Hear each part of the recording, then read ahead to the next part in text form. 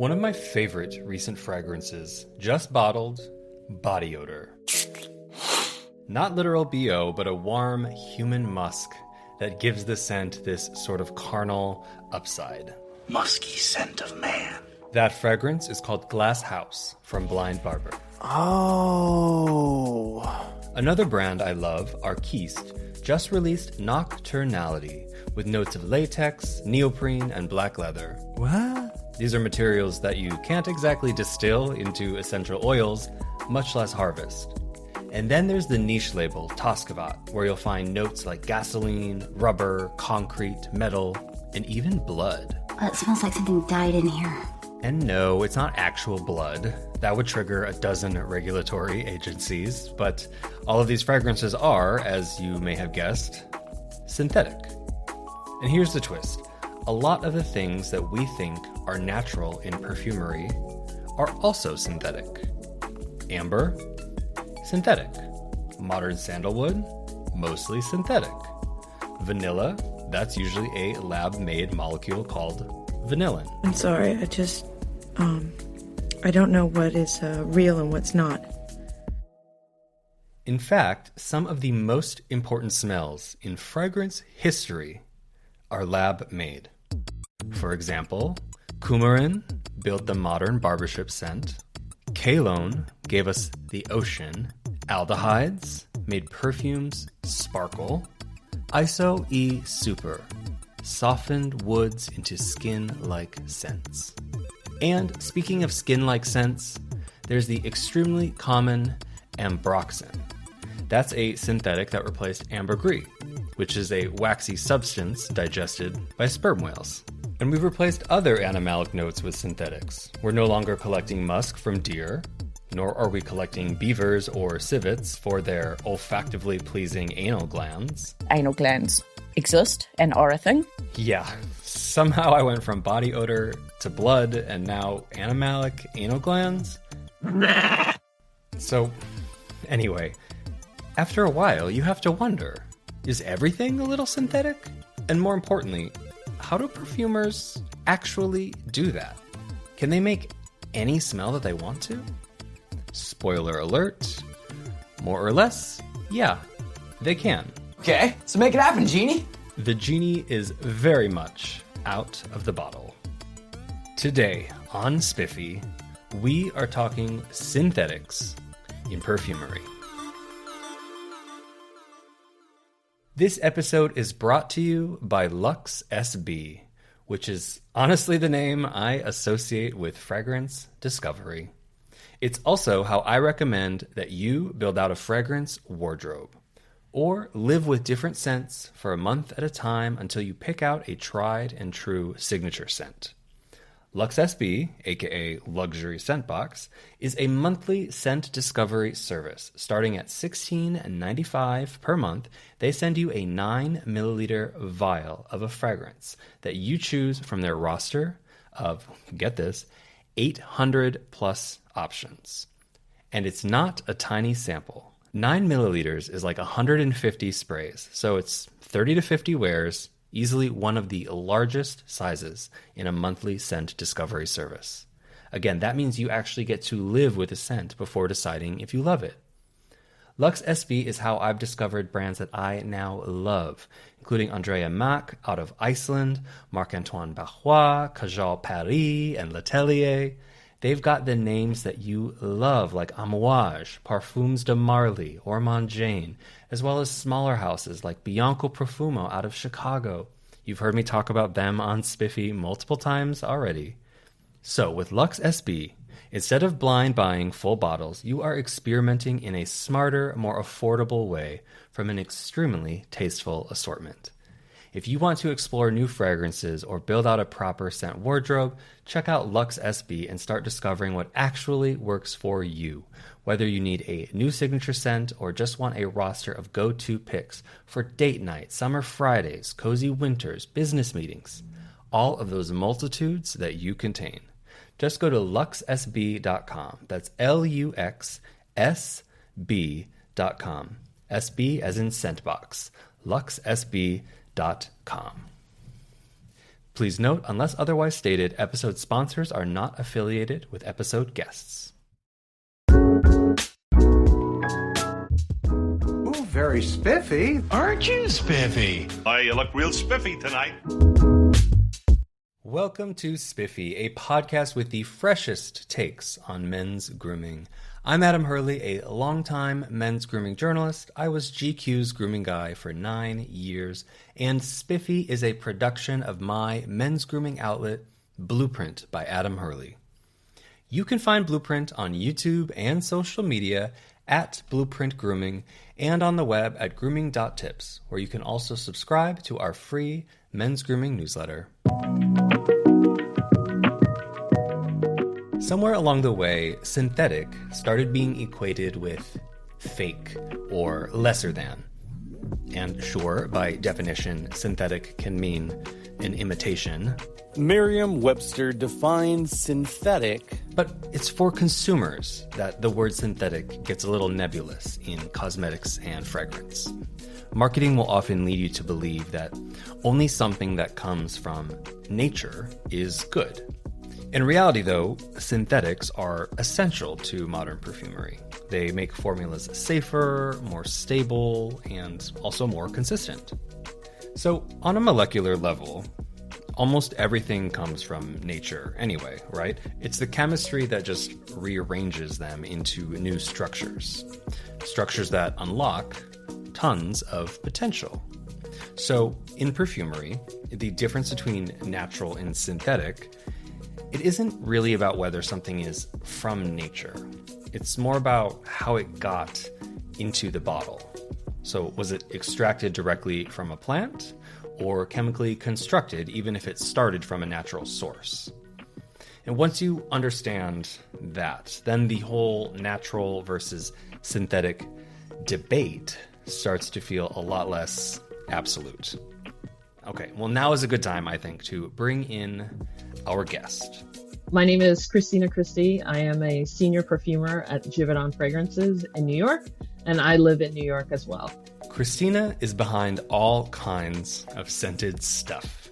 Not just the colognes that you and I spritz onto ourselves. She also perfumes body care products, home care, candles, and more. And her employer, Givaudan, is one of the largest fragrance and flavor companies in the world. So there are 5 major houses around the globe that do this flavoring at a large scale. And the teams at those houses create a majority of the smells that you and I know, even if we've never seen their name on a bottle. So these houses, like Givaudan, work with brands to develop fragrances from the ground up, supplying the ingredients, the technology, and the perfumers, like Christina, who build the formulas. And as Christina will tell you, it isn't always as much potion mixing as you would imagine. Pretty much my job is emails and returning phone calls. So to begin and how to develop a fragrance, first of all, it takes a lot of training to become a perfumer. It's years and years. But before I could get into my real creativity of my job as a perfumer, at the start of the day, we tend to get new briefs in.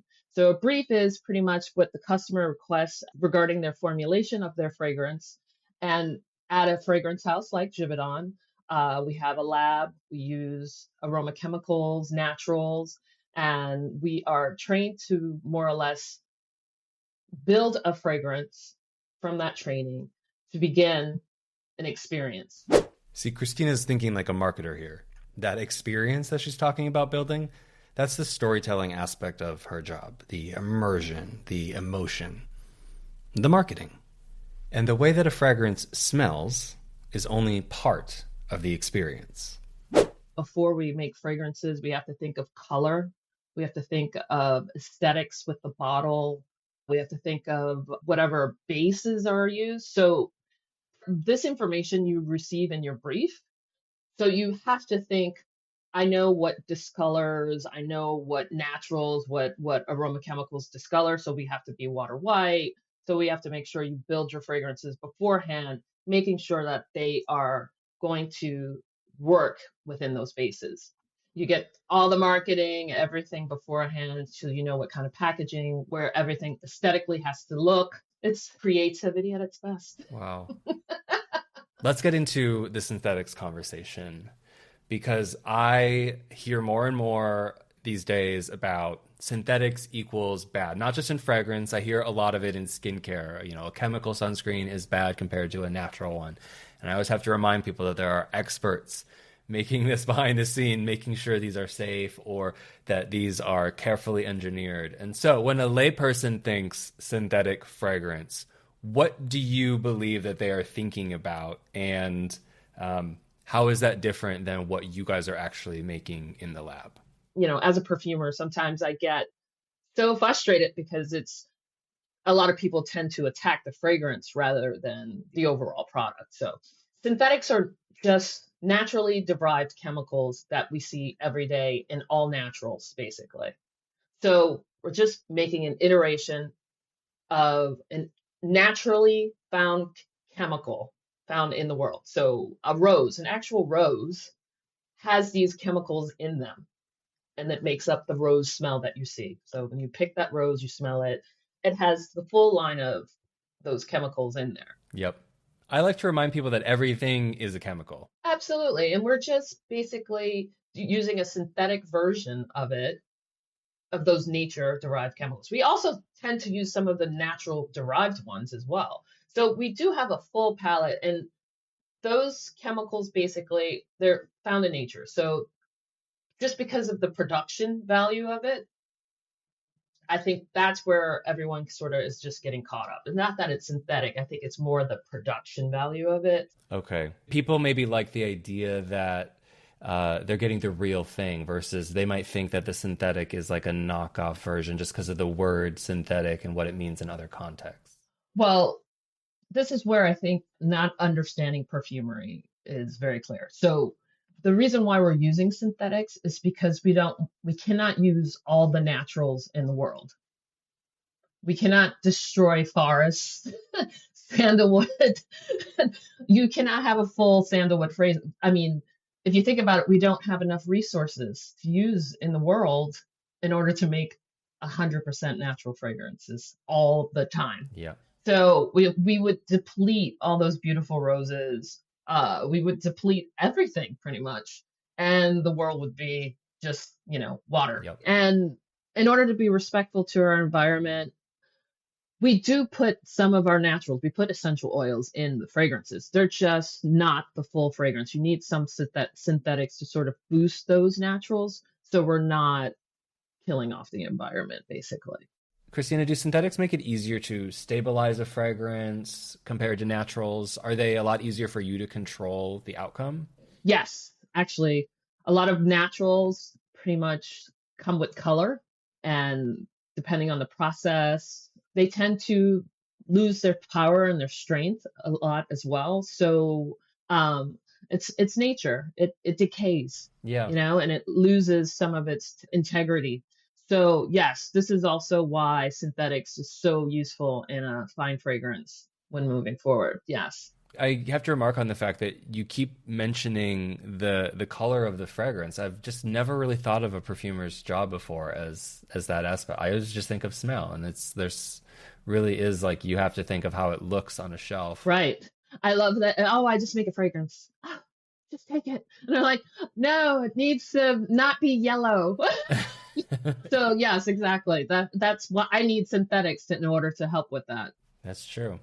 Well, okay, so we've sort of danced around this next question. True or false, synthetics equals cheap compared to naturals? Absolutely not. False. So I don't understand why someone would equate that, because we have synthetics that are extremely expensive in our cost book.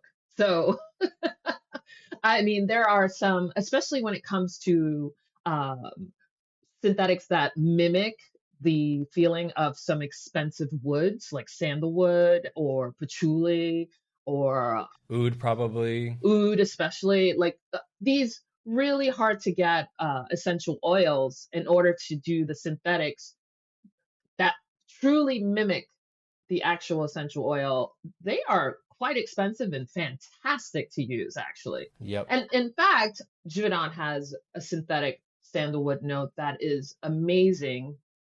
But if you were to use sometimes just the natural sandalwood, it may not fill the room as well. So you have control over the projection, the sillage, these sorts of things that Exactly. okay. These synthetics push certain notes, help push certain top notes, mid notes, bottom notes that make it more sensual. They literally are there to enhance. Christina, you mentioned that Givaudan has its own sandalwood. Is that common that different houses sort of have their own proprietary versions of certain synthetics? Well, I can speak specifically to Givaudan, but yes, we do have our own proprietary synthetics. So some of our fragrances specific to us are pretty much have that Givaudan signature because of our synthetic molecules. Is there like an example of one or two that you can talk about that Givaudan has?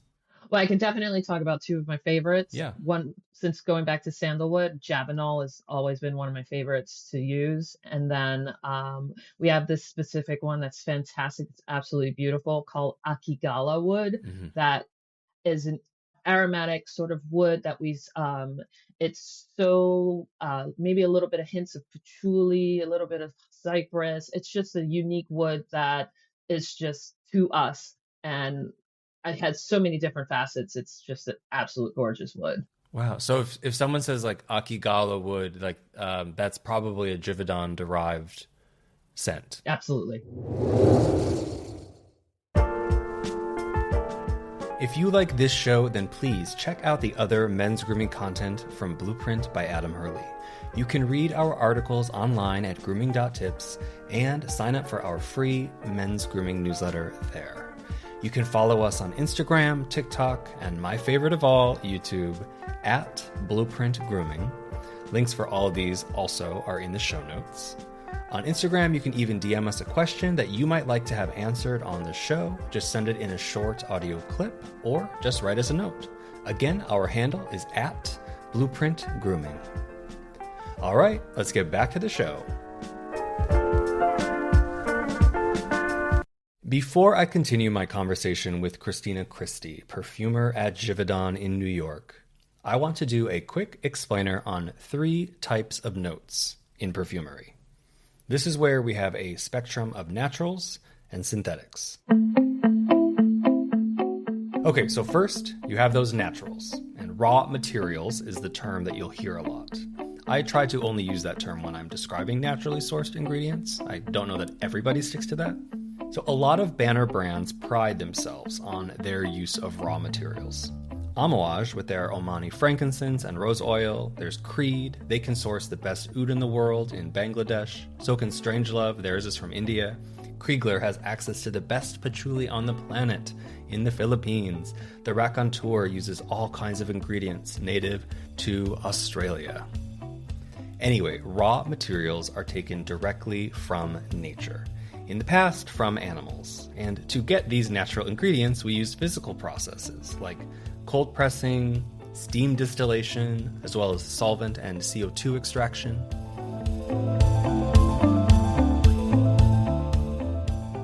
All right, secondly, you have nature-identical synthetics. These are molecules that exist in nature but are made in a lab instead of extracted from a plant.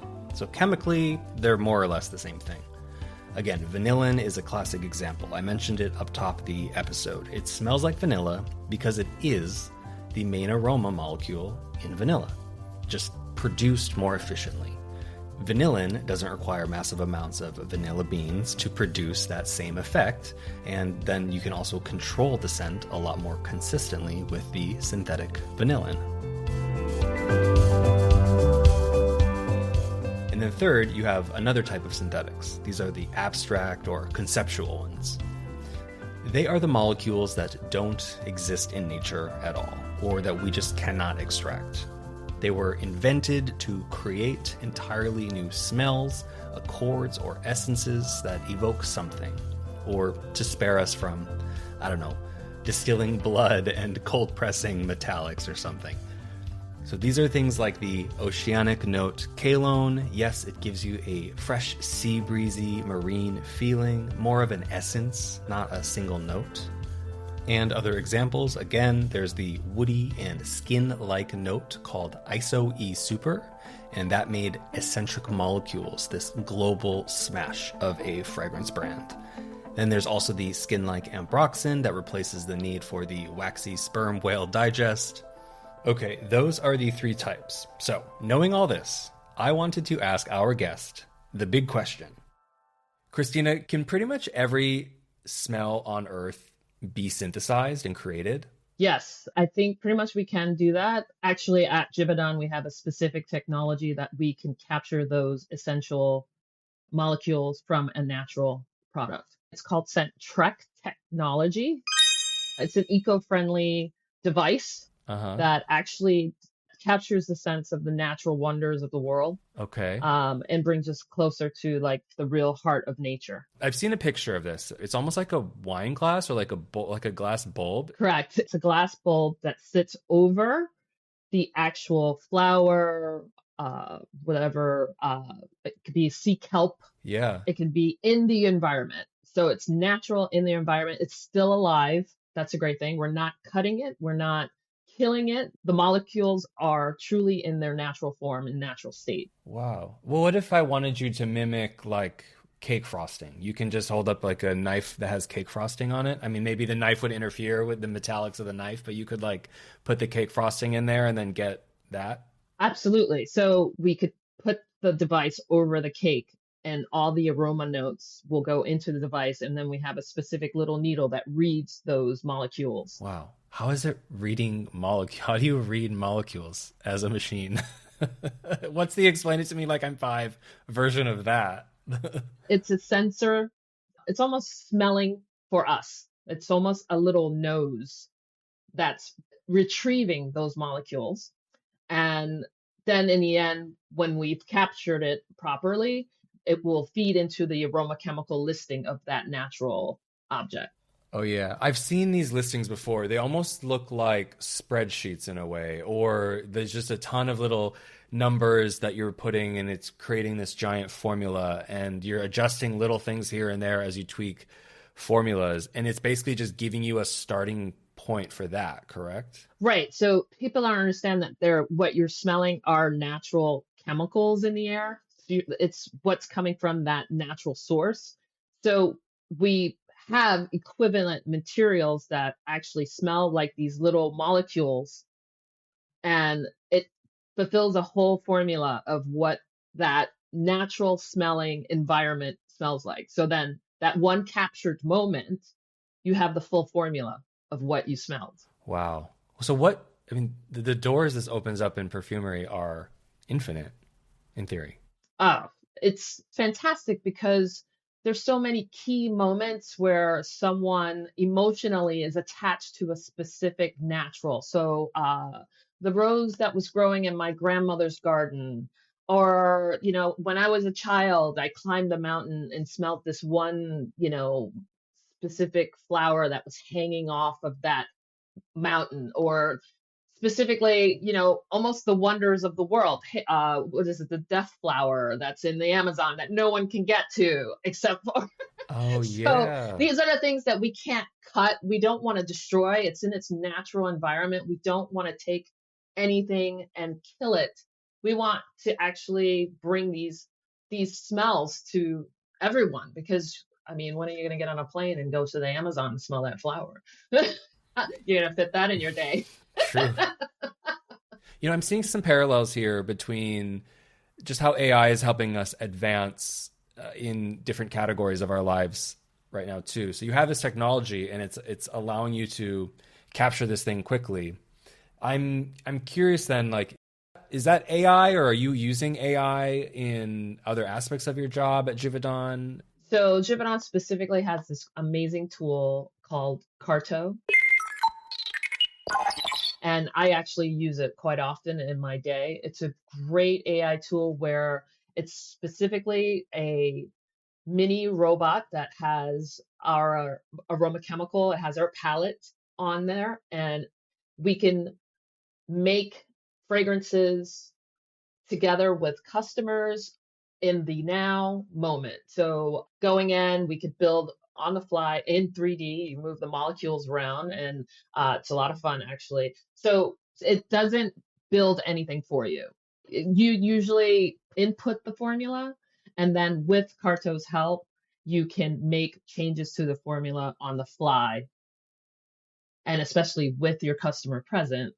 And then you could smell it very much like in real time. Okay. Oh, okay. Got it. The changes. You could probably save yourself weeks of back and forth of collaboration. Absolutely. It just shortens the time completely. And it's a great experience because you develop together with the customer in the room, and them seeing how a fragrance is actually developed puts everything in perspective on the changes, the real time changes. Like when someone is like, oh, just throw a slug of sandalwood in there. And it's just like, I don't think you want to do that.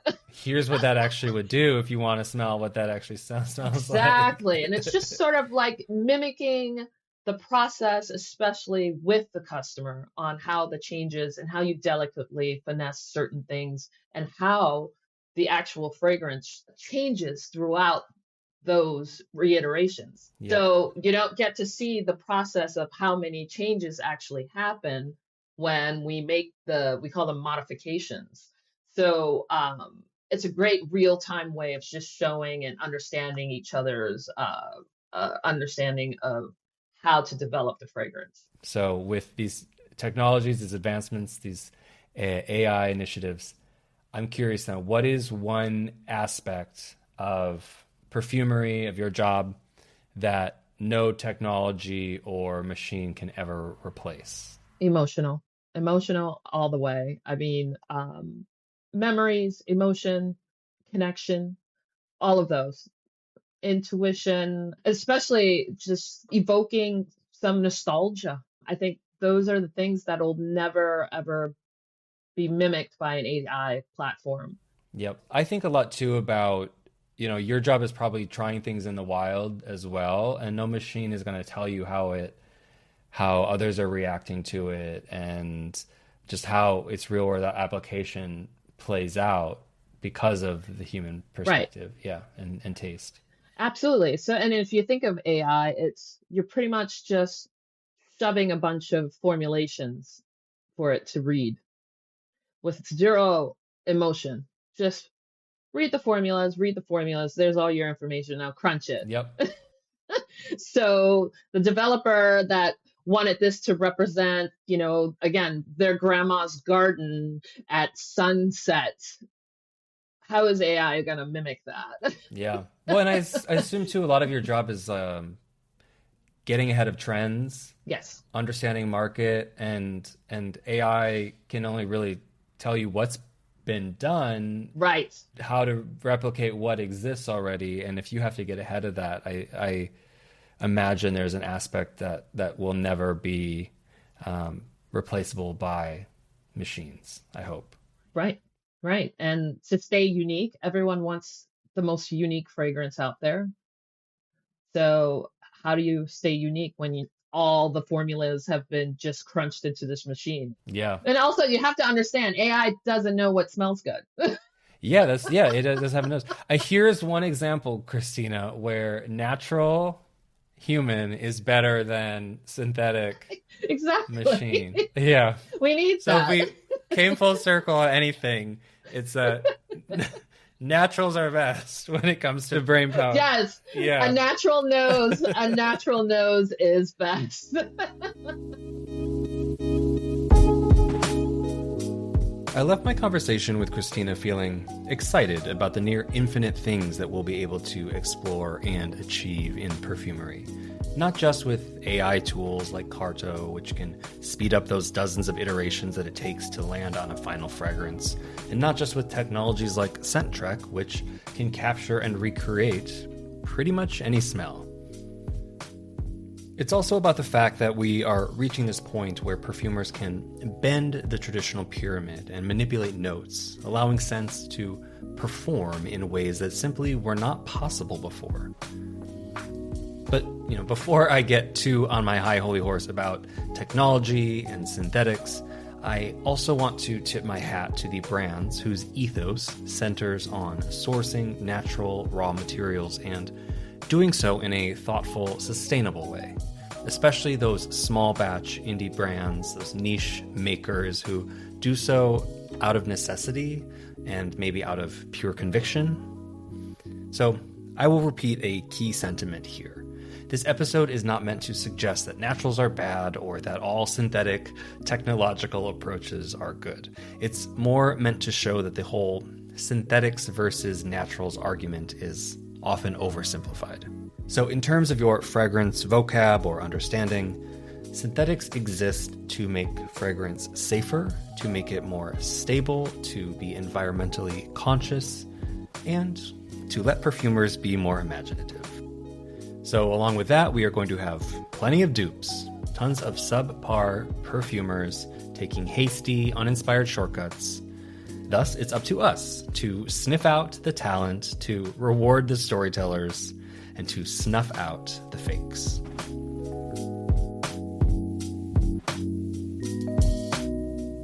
In every episode of Spiffy, I pick out a product of the episode. And I suppose I should probably pick a fragrance for this one. And so let me call out my favorite metallic scent. It's metallic minty, in fact. Those are two notes that you wouldn't normally pair together, but this is such a fantastic expression from perfumer Jérôme Epinette.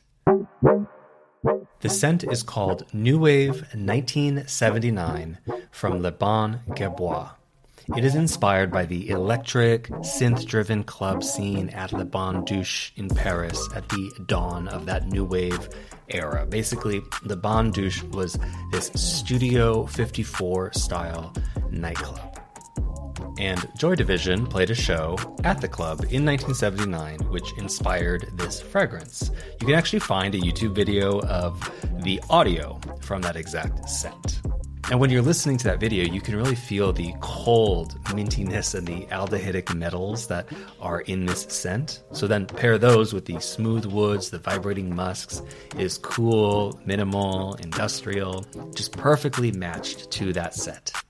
So all of the scents from Le Bon Givaudan honor some historic element or design detail of the hotel, which in previous lives was a bathhouse in the era of Proust and Zola, and then it became that nightclub akin to Studio 54, and now it's the prestigious 5-star hotel. I love a scent label that so directly ties itself to a time and a place like this, and then true to their Frenchness, Le Bon Givaudan only works with the absolute best French perfumers. I will drop some links in the show notes to their entire roster and to the minty metallic New Wave 1979, which will long remain my favorite from their outstanding lineup. And that does it for this episode of Spiffy. Thank you to our sponsor, Luxe SB. Thank you to our guest, perfumer Christina Christie of Givaudan in New York City. Spiffy is a production of Blueprint by Adam Hurly. That's me. It is produced by Hadi Mawagdi with support from our web producer and co-founder, Andre Jabour. You can find us on YouTube and social media at Blueprint Grooming, and go to grooming.tips where you can read articles and sign up for our free men's grooming newsletter. Until next time, stay spiffy.